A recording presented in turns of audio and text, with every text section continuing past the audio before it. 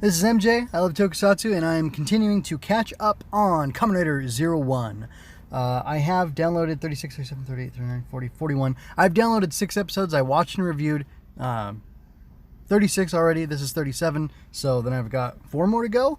And then probably by the time I'm done with this, episode 42 will be out. So it's going to be a week of a lot of quick catching up. And I tried to get somewhere quiet, everybody, but a garbage truck just drove past me and it's got its lights blinking. So you might hear a lot of backup beeps pretty soon. Anyway, two kind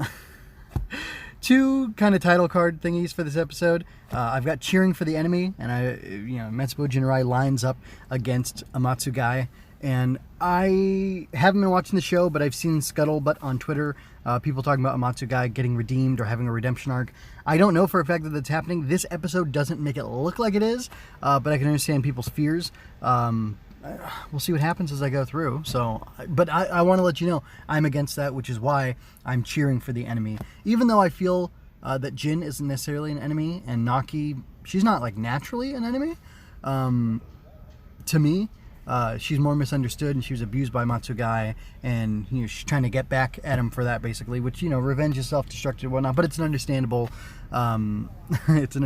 impulse. So I'm okay with that, especially because she's like what? She's like 4 years old. I mean, honestly, how old is she? She doesn't have a fully capable mind. There are adults who live their whole lives killing each other. Like almost literally, if you think about gang violence and stuff, and warfare in different areas, because they can't cope with things, and I'm not going to expect an AI to cope. I'm going to give her some grace. Anyway, we all need grace, God knows. So I'll extend it to Naki too. And then like my boy Jin over here, I don't know what's going on with him. His arc is very unclear because he does align with Metsubo Jinrai sort of in this. Maybe only because Ark can take control of him. But like I thought Hirobi was going to be the primary host for Ark, and he doesn't seem to be. It's switching back and forth. I don't know if that's for tension or to surprise us every time he dehensions or what. But I don't know. Interesting. But regardless, I'm happy with Metsubo Jinrai because they're going up against Amatsugai, who created them. Dude is being hoisted on his own petard. He is like Haman of the classic story of the Book of Esther, where he builds the gallows for that man who he hates, and he ends up getting hung on it himself, which is delicious and very pleasing. Anyway, this episode saw Aruto finally come up against. I mean, it feels like a long time coming, but we got to see the debut of whatever it's called, Ark, Kamen Rider Ark, and last episode Aruto wasn't involved at all, and now he's fighting it. And I had to make a title card after a meme I love that my wife loves of Danny DeVito, which is where he says, "So anyway, I start blasting," and anyway, it's a lot of fun, and we get to see Ark, dual wielding these shot risers. I guess, yeah, shot riser pistols that he 3D prints for himself. So lots of fun.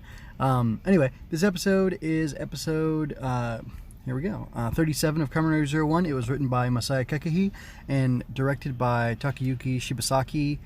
Both of those folks have been working on the show for a goodly time, so I won't go into them. You've heard all about them. If I take a larger view of the episode, see if I can find prompts. So first of all, just to kind of keep it short because I'm going a little bit long, the episode was good. I enjoyed it. It was pleasing.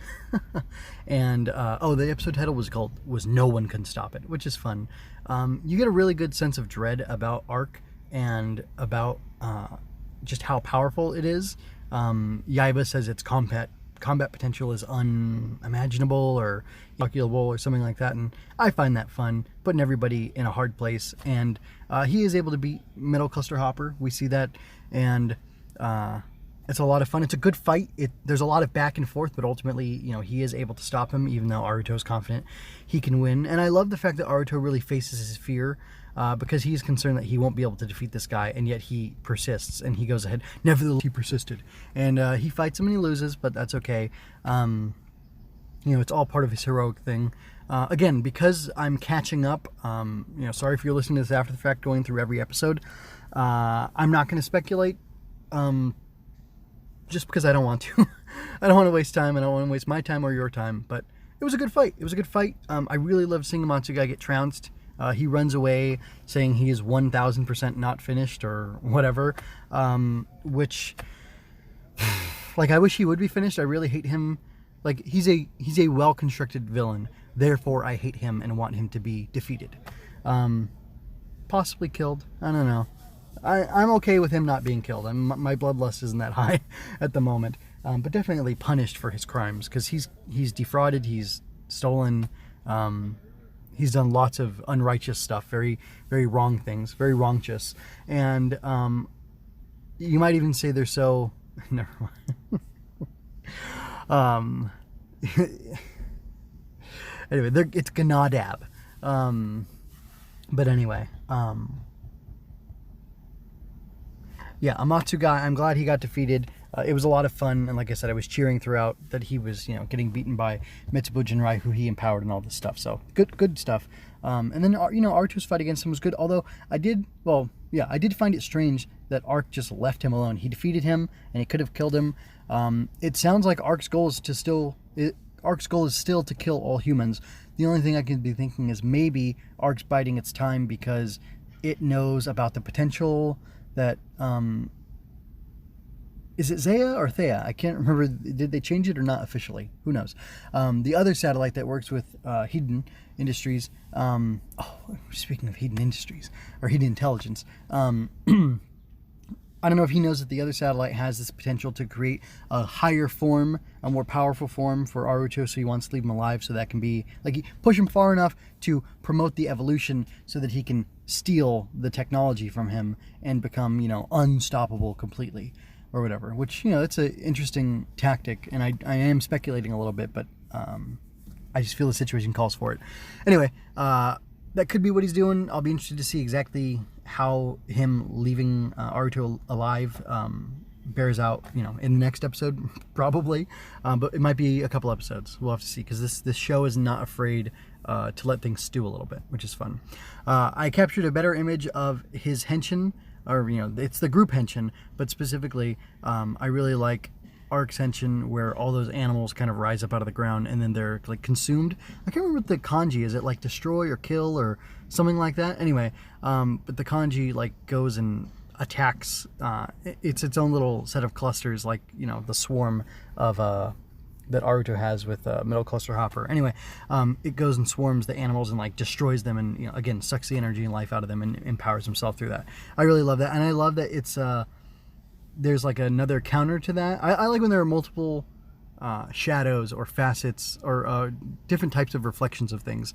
It's fun because it takes a more nuanced approach. So like Rampage Bullet is kind of like that, because it's everyone all together. And I don't remember, this isn't called All for One or One for All, but like instead of 0-1, he's all 0 when he henshins and stuff. And like, I don't know, that idea of him, of Ark, like being all consuming is really interesting.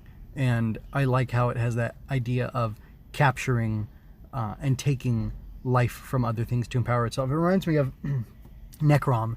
In the very beginning, when Necrom was showing up, you get to see some really nasty stuff as he would, I think, basically cannibalize other Ganma in order to power himself. So that's a fun concept. Anyway, I don't know. So I like this episode. I talked about the good Mitsubo Jinrai stuff. I talked about the good anti-Amatsu guy stuff. I'm really pleased. You have to excuse the maniacal laughter. Some guys are like sitting across from each other in cars, messing around while they're having lunch. Anyway, I like this Japanese wolf suit that what's her face got. It almost, I think it's a recolored whatever the Raid Riser was. You know what? Never. I'm not gonna let it bother me. Whatever the recolored Raid Riser suit was that the Jackal one. Guys, I'm so sorry. That is super distracting to me. Oh, look, there's a UPS truck coming to drive by too. Yay! High quality recording in the MJ Loves Toku mobile recording studio. Anyway, it looks like a recolored Jackal Raid Riser, kit bashed with other stuff and spray painted silver. I still like it though. I think it's very cool. I like the silver and white that Naki has. It's a good set of colors for the suit, and I like the claws on it, and it's a good suit. I'm happy with all these Force Riser suits that Metsubo Jinrai has, and I think they're a lot of fun.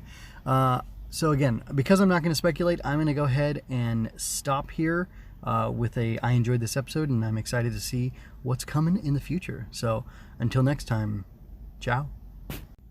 If you enjoyed this, like, comment, and share to help me grow. Don't forget to subscribe to keep current with each release.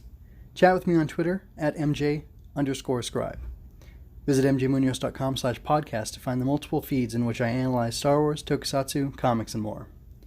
Visit mjmunoz.com/support for links to my Redbubble and Coffee pages, so you can help keep me doing the things I do.